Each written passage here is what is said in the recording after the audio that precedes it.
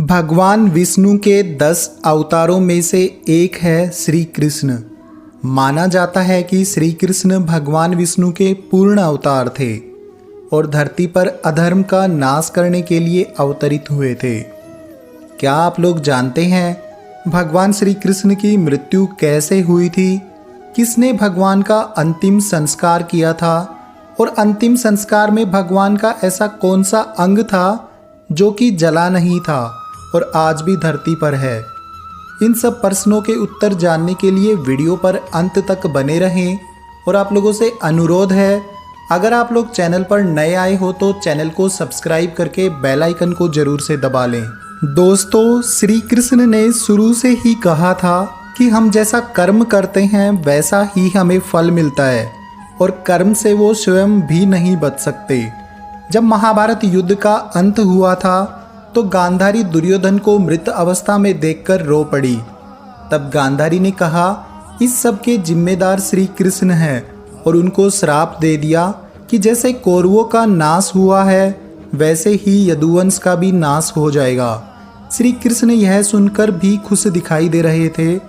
जब कुछ देर के बाद गांधारी का गुस्सा शांत हुआ तो वे श्री कृष्ण के पैरों में गिर गई और उन्हें अपनी गलती का एहसास हुआ और श्री कृष्ण से माफ़ी मांगने लगी। तब श्री कृष्ण ने कहा, हे माते, आपको माफ़ी मांगने की ज़रूरत नहीं है, यही विधि का विधान है और मैं भी उसी में हूँ। आपका श्राप भी असर दिखाएगा। उसके बाद श्री कृष्ण भी द्वारिका चले गए और धीरे धीरे श्री कृष्ण के पुत्र शक्तिशाली होते गए। पूरा ही यदुवंश महाशक्तिशाली हो गया। द्वारिका में भी सब सुख सुविधाएं थी, लेकिन अब गांधारी का श्राप असर दिखाने लगा था। यदुवंशी आपस में लड़कर मरने लगे। श्री कृष्ण भी जंगल में चले गए। उनके भाई बलराम ने भी देह त्याग कर दिया और वो भी अनंत शेषनाग अवतार में लीन हो गए। उसके बाद पूरे यदुवंश का विनाश हो गया। श्री कृष्ण को भी ज्ञान था कि उनका भी देह त्याग करने का समय आ गया है। तब श्री कृष्ण पीपल के वृक्ष के नीचे ध्यान मुद्रा में लेटे हुए थे। तब जरा नाम के बहेलिये ने उनके पैर पर हिरण की आंख समझकर तीर चला दिया, क्योंकि श्री कृष्ण का पैर कमल के समान चमक रहा था और श्री कृष्ण घायल हो गए।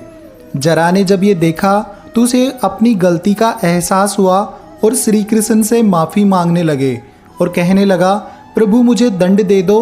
तब भी श्री कृष्ण हंस ही रहे थे। तब उन्होंने बताया कि पिछले जन्म में तुम बाली थे, जिस तरह मैंने तुम्हें छुपकर मारा ठीक उसी तरह से कर्म के कारण इस जन्म में भी मेरे तुम्हारे हाथों ही मृत्यु लिखी थी।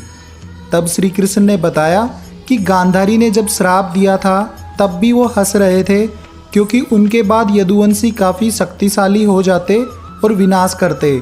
इसका समाधान गांधारी के श्राप में ही था। अब मेरे जाने के बाद द्वारिका जलमग्न हो जाएगी। तब श्री कृष्ण ने भी अपनी देह त्याग कर दी और नारायण रूप में वैकुंठ चले गए। इस तरह से त्रेता युग का अंत हुआ और कलयुग की शुरुआत हुई।